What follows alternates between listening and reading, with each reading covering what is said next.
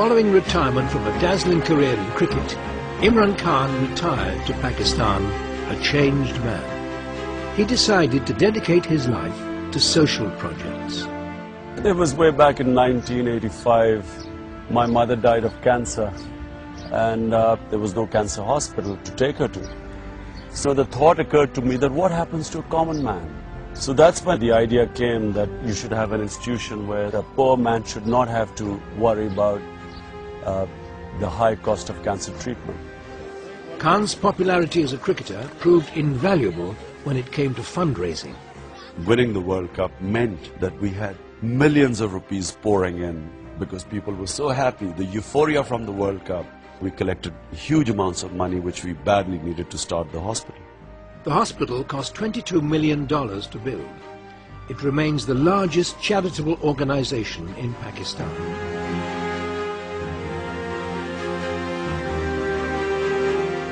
Grew up in a refugee camp, he's got cancer and he's being treated free in the hospital. I feel a great deal of satisfaction and feeling of fulfillment when I see people in this hospital being treated. What he's achieved in making the hospital is amazing. It is an example of how a hospital can be run. Khan wanted to further his contribution to the future of Pakistan. For him, real change required a step beyond philanthropy.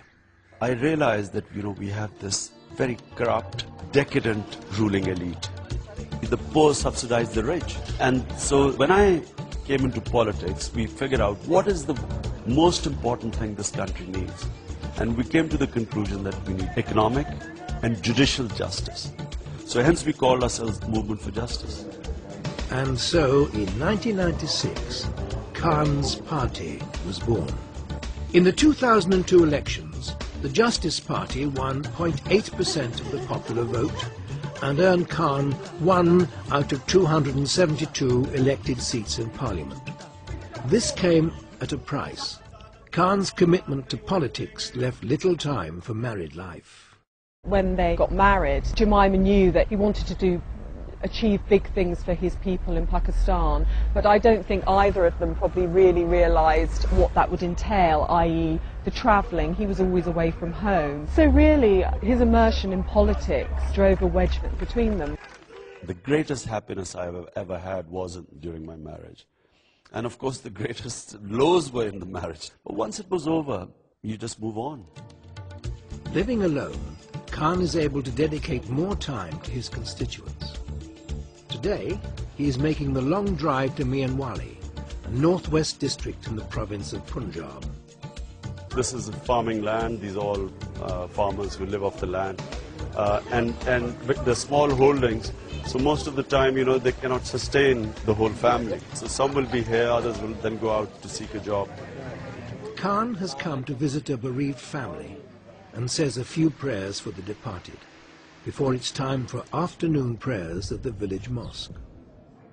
I consider myself completely a practicing Muslim. Faith, for me, became a complete liberation. It drives away your fears. Fear of dying, fear of losing your wealth, fear of humiliation, all that disappears. We came to condole Nawaz Khan, who's a member of our party. His brother died. So came to offer my condolences for his brother. Next, Khan makes his way to a neighbouring village for a public meeting. My father's side, the Niazi tribe, has been living here for 400 to 500 years. So they came from Afghanistan, mountain people who came and settled here.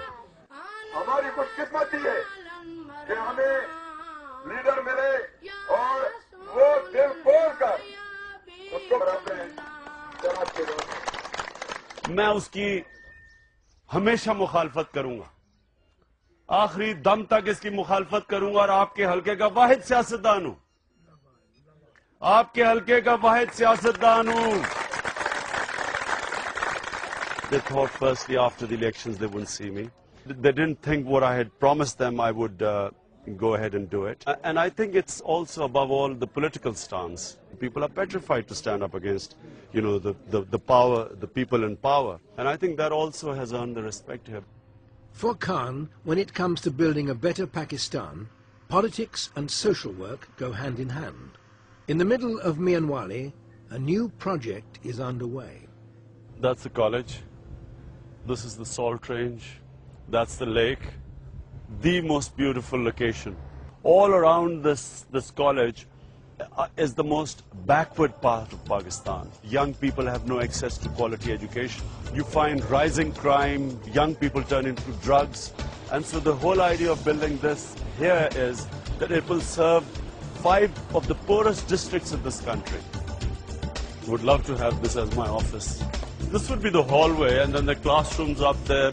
I haven't done any proper fundraising for this because I wanted to wait until this college opens. Once you have a running concern, it's much easier to collect money. And here is me, who has collected probably more money than anyone in Pakistan. So I understand about fundraising. Khan did his homework before planning Namal College. 4 years ago, he became Chancellor of Bradford University in England. I thought Bradford, if I became the Chancellor, they'll help me, giving me all the technical support needed to set up this quality technical college, and then later, hopefully, into a proper technical-based university.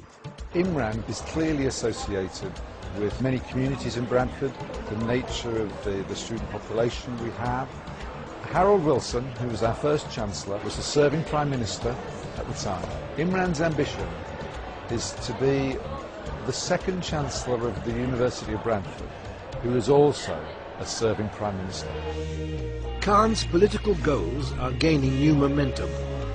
In Part 3, Khan leads his party into the spotlight as a wave of nationwide protests bolsters his cause.